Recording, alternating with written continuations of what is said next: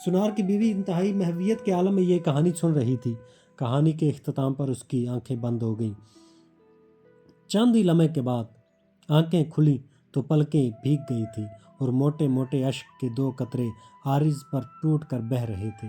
حیرانی کے عالم میں شریف کی بیوی نے دریافت کیا، ہائے اللہ، تم کیوں رونے لگیں؟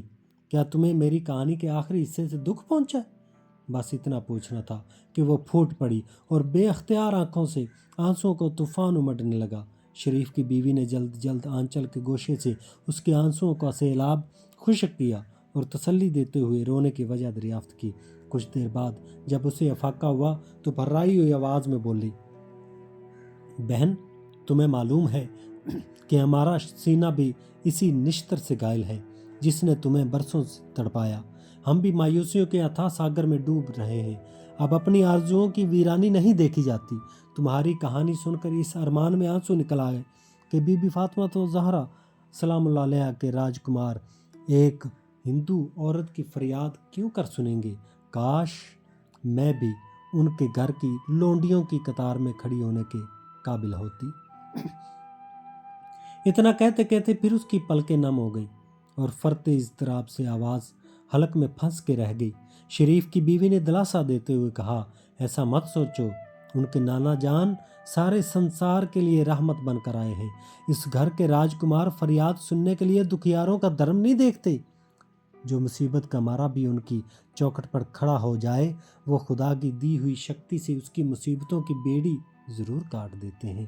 اچھی طرح یہ بات ذہن نشین کر لو کہ اسلام کا دھرم کارسازی کی رشوتوں سے نہیں پھیلا، اس کی سچائی دل کے گوشوں میں خود اپنی جگہ بنا لیتی ہے۔ یہ جواب سن کر امیدوں کی ایک نئی تازگی سے سنار کی بیوی کا چہرہ کھل اٹھا۔ اس نے تنکے کا سہارا ڈھونڈنے کے انداز میں کہا، تو بہن، پھر ہمارے لیے بھی کربلا کی راجدھانی تک فریاد پہنچانے کا کوئی راستہ نکالو۔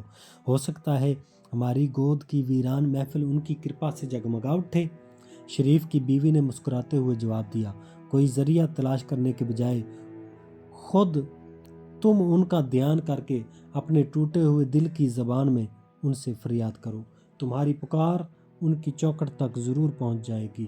اس طرح کے معاملے میں اصل چیز دل کا یقین ہے، اور بہتر ہوگا کہ کربلا کی راجدھانی تک اپنا پیغام بھیجنے سے پہلے ان کے نام پر فاتحہ کیے ہوئے شربت کے چند گھونٹ پی لو۔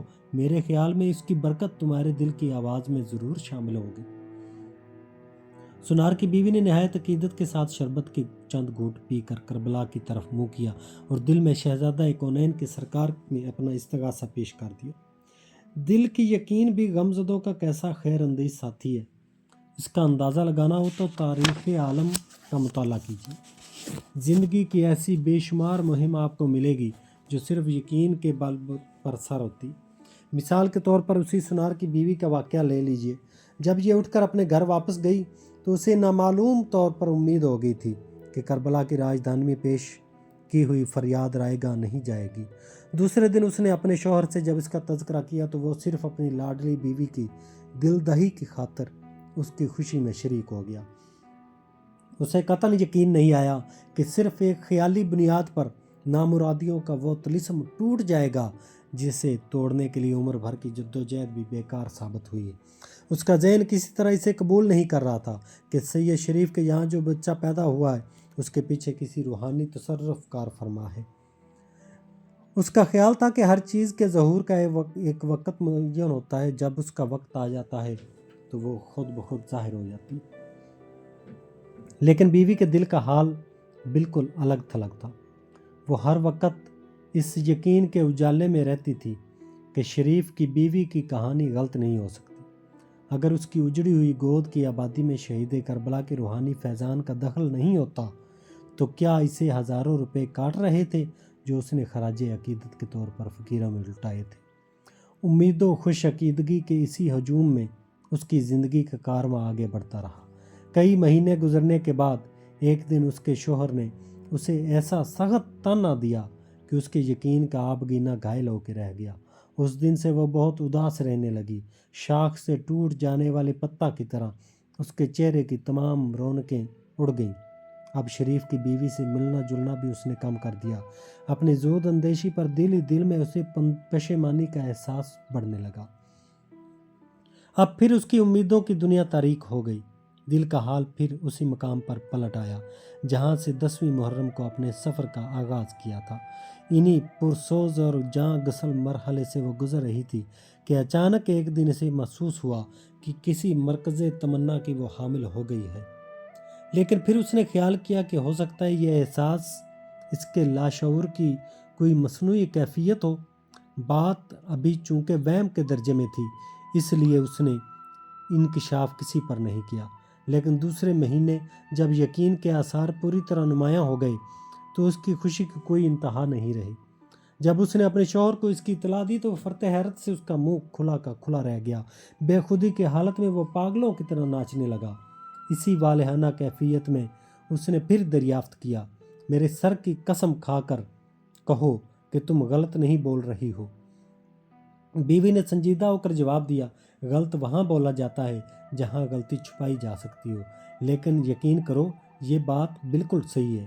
میں نے تمہیں جھوٹی خبر نہیں دی، ویسے آج نہیں تو کل میرا سچ جھوٹ ظاہر ہو جائے گا، وقت کا انتظار کرو۔